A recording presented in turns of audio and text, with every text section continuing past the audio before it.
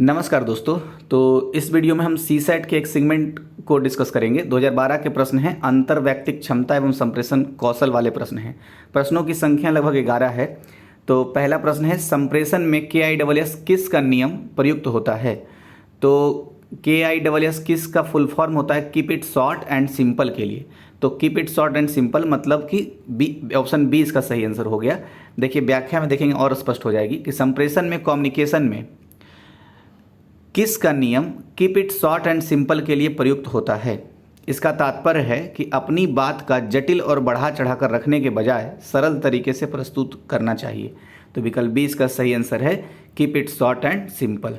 इसी का full form था, मतलब इसी का शॉर्ट फॉर्म था किस का नियम। नेक्स्ट, निम्नलिखित में से कौन सा कारण त्योरी चढ़ाने के नकारात्मक संकेत के रूप में व्यक्त किया जाता है। तो देखिए, हम जब जो कम्युनिकेशन करते हैं मतलब एक व्यक्ति को दूसरे व्यक्ति से कम्युनिकेशन करता है तो दो तरह के कम्युनिकेशन होता है, एक वर्बल एक नॉन वर्बल, मतलब बोल करके और बिना बोले इशारे से भी उस कम्युनिकेशन होता है। तो त्योरी चढ़ाना एक तरीके से ये नॉन वर्बल कम्युनिकेशन का तरीका है। और ये क्यों त्योरी चढ़ाते हैं और इससे क्या संकेत देते हैं, मतलब चिढ़ दिखाने के लिए, गुस्सा दिखाने के लिए, नापसंदगी दिखाने के लिए हम त्योरी चढ़ाने का काम करते हैं। तो हम सब भी अपने लाइफ में ऐसा करते हैं, बस यही कि थोड़ा गौर करने वाली बात है। तो विकल्प डी इसका सही आंसर है। व्याख्या देख लेते हैं। त्योरी चढ़ाने का नकारात्मक संकेत किसी व्यक्ति तथा उसके कार्यों या विचारों को नापसंद करने, उससे चिढ़ होने अथवा उस पर क्रुद्ध होने के लिए व्यक्त किया जाता है। तो बस यही है, स्पष्ट हो गया होगा उम्मीद है। देखिए नेक्स्ट क्वेश्चन, निम्नलिखित कारणों में से कौन आगे झुकने के धनात्मक वैयक्तिक संकेत द्वारा अभिव्यक्त किया जाता है। तो देखिए, मैंने अभी बोला कि हम जब कम्युनिकेशन करते हैं किसी दूसरे से तो दो तरह के कम्युनिकेशन के तरीके होते हैं, एक वर्बल यानी बोल करके, एक नॉन वर्बल। तो नॉन वर्बल में भी या वर्बल में भी दो तरीके होते हैं, एक पॉजिटिव तरीके से, एक निगेटिव तरीके से। तो अभी जो हमने त्योरी चढ़ाना देखा, ये negative skills of non verbal communication है, मतलब कि संकेत के रूप में नकारात्मक तरीके से बात करना। और ये धनात्मक का एक उदाहरण है कि अगर हम मतलब थोड़ा सा आगे झुक जाते हैं, तो आगे झुकने का मतलब क्या हुआ, जैसे आप इमेजिन कीजिए कि कोई व्यक्ति बोल रहा है और हम सुन रहे हैं, तो हम थोड़ा सा चेयर पर से आगे होकर के थोड़ा आगे झुक जाते हैं, मतलब अपने शरीर का आधा पार्ट आगे झुका लेते हैं। तो मतलब हम ये दर्शाना चाह रहे हैं कि हम आपकी बात को सुन रहे हैं और ध्यान से सुन रहे हैं, समझ भी रहे हैं। तो एक अच्छा साइन होता है। तो इसलिए एकाग्रता को प्रदर्शित करने के लिए हम शरीर को थोड़ा आगे झुकाते हैं और एक धनात्मक संकेत है। तो क्वेश्चन ऐसे भी पूछ सकता है कि ये शरीर को आगे झुकाना धनात्मक संकेत के उदाहरण है या नकारात्मक के। तो ये धनात्मक है, विकल्प ए इसका सही आंसर है। देखिए व्याख्या में लिखा हुआ है, आगे झुकना धनात्मक वैयक्तिक संकेत है जो श्रोता द्वारा वक्ता की बात में रुचि एवं उसकी एकाग्रता का प्रदर्शन करता है। तो विकल्प ए इसका सही आंसर हो गया। नेक्स्ट, निम्नलिखित में से कौन संप्रेषण की बाधाओं में ग्रहिता की कमजोरी है। तो देखिए, संप्रेषण दो लोगों के बीच में होता है। एक व्यक्ति होते हैं, जो व्यक्ति या व्यक्तियों का समूह जो होता है वो ग्रहिता होता है, और दूसरा क्या होता है, दूसरा होता है प्रेषक बोलने वाला और ग्रहिता उसको सुनने वाला, एक तरीके से ऐसे समझ लीजिए। तो क्वेश्चन में पूछ रहा है कि कौन संप्रेषण की बाधाओं में ग्रहिता की कमजोरी है, मतलब सुनने वाले की कमजोरी है। तो इस उपलब्ध विकल्पों में से इसका आंसर है पूर्वाग्रह, विकल्प डी इसका सही आंसर है। थोड़ा सा व्याख्या देखते हैं फिर स्पष्टीकरण करेंगे। दी गई संप्रेषण की बाधाओं में पूर्वाग्रह ग्रहिता की कमजोरी है, जबकि अस्पष्टता, शब्द आडंबर एवं समय की बाधाएं प्रेषक की कमजोरियों से संबंधित है। तो बोलने वाले की कमजोरी है समय, अस्पष्टता और शब्द आडंबर, जबकि ये पूर्वाग्रह जो है ये ग्रहिता की कमजोरी है। तो अगर हम किसी को सुनते हैं तो पूर्वाग्रह लेकर के नहीं सुनना चाहिए। ये पूर्वाग्रह के साथ किसी को सुनना या समझना संप्रेषण के बैड स्किल्स, मतलब संप्रेषण का स्किल नहीं होने को दर्शाता है। तो जैसे उदाहरण के रूप में कोई व्यक्ति कुछ बोल रहा है, हम पहले ही सोच ले रहे हैं कि किसी खास जगह से है या किसी खास धर्म से है या किसी खास जाति से है या कोई खास वर्ग से है, तो ये ऐसा ही बोलेगा। तो ऐसा किसी तरह का पूर्वाग्रह नहीं रखना चाहिए।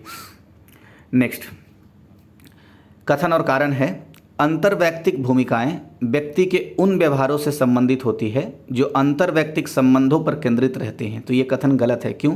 क्योंकि हमारा इंटरपर्सनल स्किल्स जो होता है तो वो सिर्फ हमारे अपने के लिए नहीं होता है, वो समाज के लिए भी होता है, एक से अधिक लोगों के लिए भी होता है, उन लोगों के लिए भी हो सकता है जिसको हम नहीं जानते हैं कभी कभी इंटरपर्सनल स्किल्स। जैसे अगर एक देश का राजदूत दूसरे देश से अगर बात करता हो तो इंटरपर्सनल स्किल्स पर डिपेंड करेगा कि संबंध कैसा बन रहा है। लेकिन अगर संबंध का कोई फल निकलता है, मतलब कि कोई प्रतिफल आता है, कोई पॉजिटिव रिजल्ट आता है, तो उस रिजल्ट को भोगने वाले सिर्फ वो व्यक्ति नहीं रहेगा, वो जिसका रिप्रेजेंटेटिव था वो उसका भी उसका सकारात्मक असर या नकारात्मक असर उस पर पड़ता है। तो इसलिए ये कथन गलत हो गया। मैं फिर से पढ़ देता हूँ और क्यों हो गया ये आपको मैंने बताया अभी। तो अंतर्वैयक्तिक भूमिकाएं व्यक्ति के उन व्यवहारों से संबंधित होती है जो अंतर्वैयक्तिक संबंधों पर केंद्रित होते हैं, नहीं केंद्रित नहीं होते हैं, वो अंतर्वैयक्तिक संबंधों से कहीं परे की बात है ये। कारण क्या है इसके पीछे, मतलब कारण बता रहा है, पहला तो गलत ही हो गया। ऐसी भूमिकाएं अधिकार और संस्थिति से प्रत्यक्षता जुड़ी होती है, तो हाँ बिल्कुल सही है। इंटरपर्सनल स्किल्स यानी कि अंतर्वैयक्तिक जो भूमिका होती है वो अधिकार और संस्थिति से, मतलब पोजीशनिंग और राइट्स, ये दोनों चीज़ से जुड़ी होती है। तो ए गलत है, आर सही, विकल्प डी इसका सही आंसर हो गया। नेक्स्ट, निम्नलिखित में से कौन सी अंतर्वैयक्तिक भूमिका नहीं है?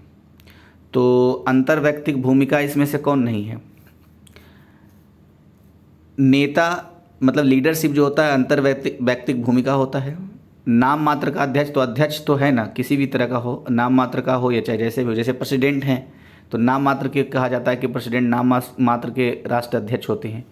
तो अध्यक्ष या संपर्क, तो ये तीनों क्या होता है, ये अंतर्वैयक्तिक भूमिका है, उसी का उदाहरण है। जबकि मालिक या बॉस होना अंतर्वैयक्तिक भूमिका का उदाहरण नहीं है, इसलिए विकल्प डी इसका सही आंसर है। व्याख्या भी वही लिखा हुआ है, नाम मात्र का अध्यक्ष, मतलब कैसा भी अध्यक्ष हो, नाम मात्र का हो चाहे जैसा भी। नेता तथा संपर्क भूमिका 3 अंतर्वैयक्तिक भूमिकाएं हैं, जबकि मालिक नहीं है। नेक्स्ट,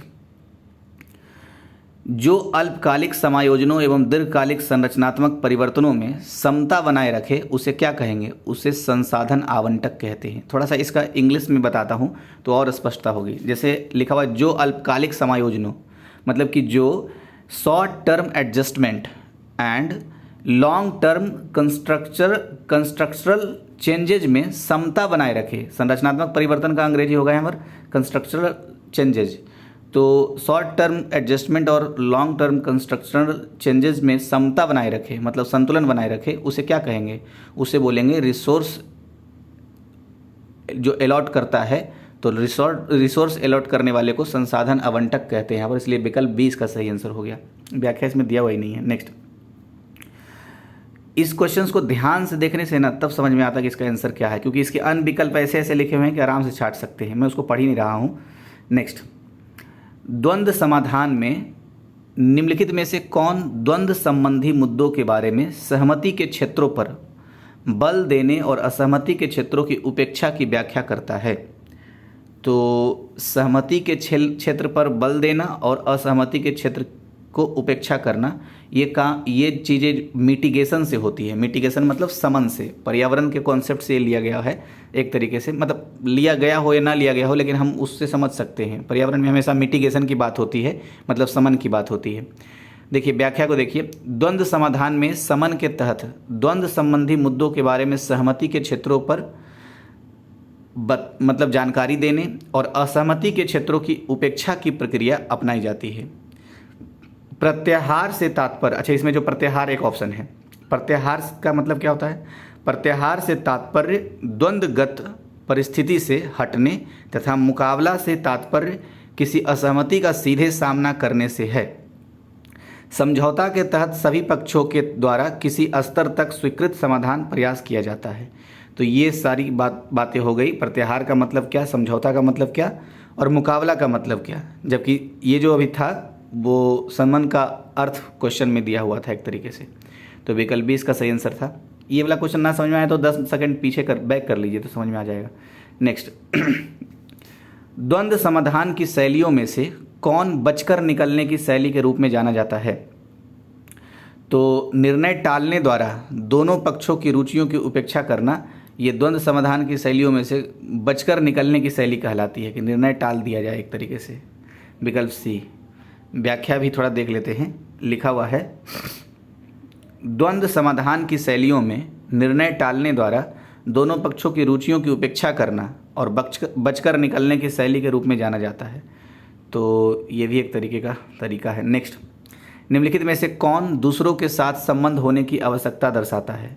तो सम्मिलित होने की आवश्यकता जो है वो दूसरों के साथ संबंध होने की आवश्यकता दर्शाता है, क्योंकि दूसरे के साथ अगर किसी का संबंध है तभी वो सम्मिलित होता है। सम्मिलित का शब्द वही है। देखिए व्याख्या में लिखा, सम्मिलित होने की आवश्यकता दूसरों के साथ संबंध होने की आवश्यकता को दर्शाता है। यह दूसरों के द्वारा स्वीकृत होने के साथ साथ दूसरों को स्वीकृत करने और सामाजिक समूह का सदस्य बनने की आवश्यकता को व्यक्त करता है। तो जब हम सम्मिलित होते हैं कहीं, तो एक तरीके से सामाजिक समूह में हम सम्मिलित होते हैं या दूसरे के समूह में सम्मिलित होते हैं, ऐसा ही कुछ कह सकते हैं। सूची 1 और सूची 2, संप्रेषण की बाधाएं और बाधाओं के प्रकार। तो शब्द भंडार जो है ये एक तरीके का, अगर संप्रेषण में शब्द भंडार की कमी हो जाए तो ये कौन से बाधा का प्रकार आएगा? तो भाषागत बाधा आएगा। तो इसलिए 1 का 4। अगर संप्रेषण की बाधाएं दूरी के कारण हो रही है तो एक तरीके का संरचनात्मक बाधा का प्रकार में ये आएगा। और अगर जल्दबाजी की तरह अगर संप्रेषण की बाधाएं हो रही है तो ये पारिस्थितिकी प्रकार के बाधाओं में गिना जाएगा। और कोलाहल के कारण अगर संप्रेषण में बाधा हो रहा है तो इसको पर्यावरणीय बाधा कहते हैं। तो विकल्प डी इसका सही आंसर है। मैं फिर से एक बार पढ़ देता हूँ। शब्द भंडार के रूप में अगर कम्युनिकेशन में बाधा होता है तो इसको भाषागत बाधा कहते हैं कम्युनिकेशन का। दूरी है इसलिए कम्युनिकेशन में बाधा हो रहा है तो इसको संरचनात्मक बाधा कहते हैं कम्युनिकेशन का। जल्दबाजी में हम कुछ कर रहे हैं और कम्युनिकेशन में बाधा उत्पन्न हो रहा है तो इसको पारिस्थितिकी कम्युनिकेशन का बाधा बोलते हैं। और कोलाहल के कारण अगर कम्युनिकेशन अच्छे से नहीं हो रहा है तो पर्यावरणीय बाधा कहते हैं, कम्युनिकेशन का पर्यावरणीय बाधा। नेक्स्ट, निम्नलिखित में से कौन तदनुभूतिपरक श्रवण की विशेषता नहीं है?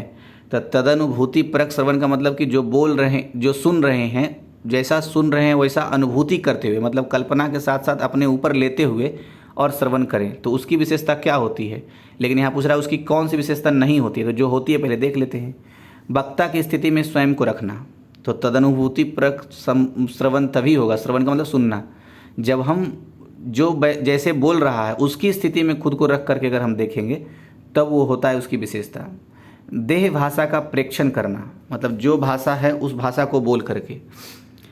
और जैसे एक्टर लोग अगर किसी की एक्टिंग करते हैं तो उसकी भाषा बोलते हैं, तो देह भाषा का प्रेक्षण करके भी हम जब करते हैं तो एक तरीके से तदनुभूति परक श्रवण की विशेषता होती है। अभी पूछा है नहीं कौन है, तो इसमें सब है। अभी डी नंबर क्या लिखा? संप्रेषण की विषय वस्तु एवं भावनाओं दोनों पर ध्यान केंद्रित करना। तो विषय वस्तु जो है और जो भावना है उसके अंतर्गत दोनों पर अगर ध्यान केंद्रित कर रहे हैं तो ये भी विशेषता होती है तदनुभूति परक श्रवण के, यानी कि अनुभूति परक सुनने की प्रक्रिया के। जबकि मूल्यांकन परक होना एक तरीके से तदनुभूति परक श्रवण का विशेषता नहीं होता है। ये तो लॉजिकल श्रवण का विशेषता होता है कि सही कर रहा है, कह रहा है कि गलत कह रहा है, मतलब डायरेक्ट सही गलत को देखने लगें तो हम ये इसी को बोलते हैं मूल्यांकन परक होना। तो ये तदनुभूति परक श्रवण की विशेषता नहीं होती है। विकल्प 20 का सही आंसर हो गया। तो 2012 का खत्म हो गया। 2013 वाला जो है नेक्स्ट वीडियो में देखते हैं।